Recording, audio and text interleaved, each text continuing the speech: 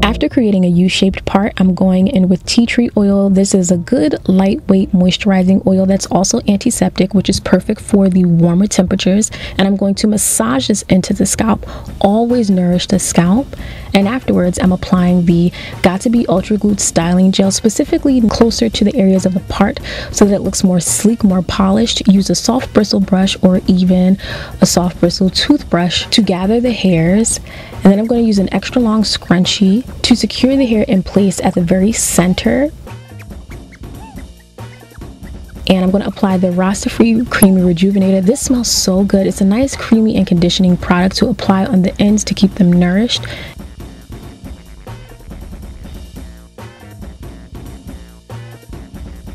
And after twisting my hair down to the very end, I am going to take the twist and wrap it around itself, and then I am going to bobby pin it into place.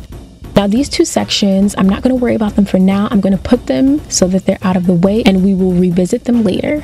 Now I'm working on the next section and repeating the same process. This section is much larger, but I definitely want to emphasize the importance of moisturizing and massaging the scalp to ensure that your style is actually protective. Now I thought I was doing something by applying the Got2b Ultra Glue Styling Gel throughout the section so that it looks more sleek. However, I have super thick type 4C natural hair, and it was a struggle throughout. It was very humid this day, so bear with me. You guys will see my hair revert, and you know, just it'll look sleek at some points and then it won't, so just bear with me. The shrinkage was also very real.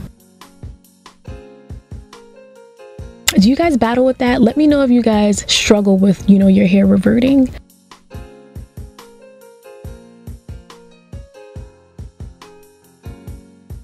So I'm just going to repeat this process, and I did it for the third section at the nape as well. So on to the sections that I referenced earlier. Again, I said do not worry about how my edges are looking. They were sleek before, but now we're struggling. But I just want to make sure that the hair closest to the part is slicked down so it does not get mixed into the braid that I'm going to create. So with the Bella Beauty pomade, I'm going to add this to that section, and I'm using the Rastafri Bulkin Braid hair, and this is in the color M430. I'll show you guys exactly how it looks a little later on. But I'm going to use this hair to act as an extension of my natural hair to create a more sturdy, a more well-balanced braid for this style. I had to do this process more than once. Don't be discouraged if you have to repeat a process. Sometimes it's like that. Practice makes perfect, and you will learn your lesson. And again, I'm repeating this for the left side. And again, I'm braiding the hair down all the way until I reach the very end of my natural hair.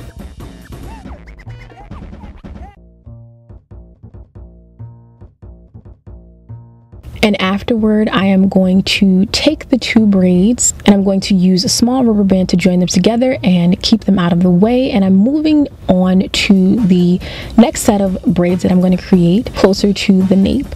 Again, these 4 braids are optional. Do what is best for your skill set, for your circumstances. I like to try new things, even though they might be challenging. Now, I went back to tackle these edges because I just don't know. I used the RastAfri Serum, and it is great at controlling frizz. And I also applied more of the Got2b Ultra Glued Styling Gel and the Bella Beauty Pomade. This is a great combination, and I highly recommend, if you want your hair to look super sleek, if you have a thicker texture, set your hair overnight. You'll have better results before proceeding to the styling process. I'm using 2 packs of the Rastafri Bulkin Braid in the color number 4, along with 1 pack in the color M430. And this hair has a really nice texture. It's very thick, voluminous, and I love the length. So to remove the blunt ends, I'm going to take 1 pack and section it into 2 and begin pulling on the ends to lengthen the hair to remove that blunt look. And then I'm going to use my paddle brush to ensure that the hair is all combine and together, and it helps to elongate the hair even further. And then I bring the two sections back together and we're good to go. To create the perfect color combination, I'm taking about 3/4 of the M430 and 1/4 of the color number 4 and just kind of teasing the hair apart and then joining it back together to create the perfect color combination. And then with a large rubber band, I'm going to add it to the midpoint so as to create a ponytail.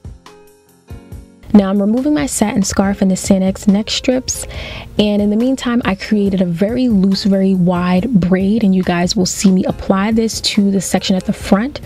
And I'm going to kind of freestyle this and pull the braid backward. I just want to make sure that I'm covering the twist of my natural hair when doing this. Make sure to secure the ends or the center prior to moving on. And again, then I go to the front of my head and make sure that the braid is locked in place. As you guys can see, this style has a lot of detail. There is a smaller braid wrapped throughout this larger braid, which I really like. And again, bobby pin this into place. Be strategic. You don't want to have like 300 bobby pins in your head. It's unnecessary. And so at the mid portion of the previous section, not in the mid section, you guys notice I applied it to the large Kanekalon braid at the front, and I'm pinning it on the left and right sides as well as the center because I'm going to flip this backward. The reason why I did this is to create that same height and keep it consistent throughout the front of my head going all the way down to the nape. So that's why I pin the hair in such a way so that I have that height at the widest part of my head. And I'm going to wrap the end of the braid around the middle section. After pinning the hair in the center, I'm going to wrap it around the section in the middle, and this is a great way to kind of hoister the braid into place so that it does not move. Just be very strategic about pinning of the hair. And again, I'm going to take another section of hair. This is a section that I have not braided, and I'm wrapping it around the twist of my natural hair in the middle section, and I am going to use that hair and cover my natural hair so it doesn't show. And then I am going to proceed to pin it on the sides and even the center, and then I'm going to braid just a little bit. And then I'm going to wrap a rubber band around my hair. And I'm going to pull it upward again to create that height because I'm going to draw it backward in the reverse direction. Again, to conceal my hair in the middle section and at the nape, and I'm braiding it downward even further. And again, I'm pinning on the sides as well as in the center.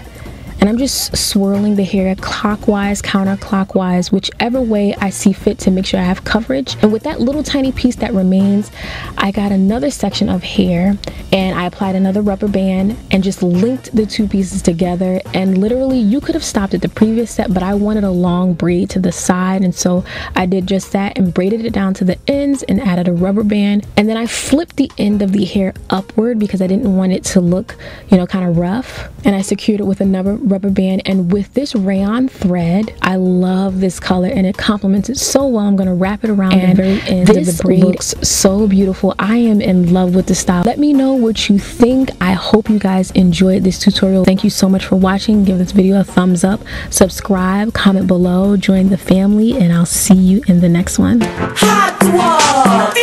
Hot one!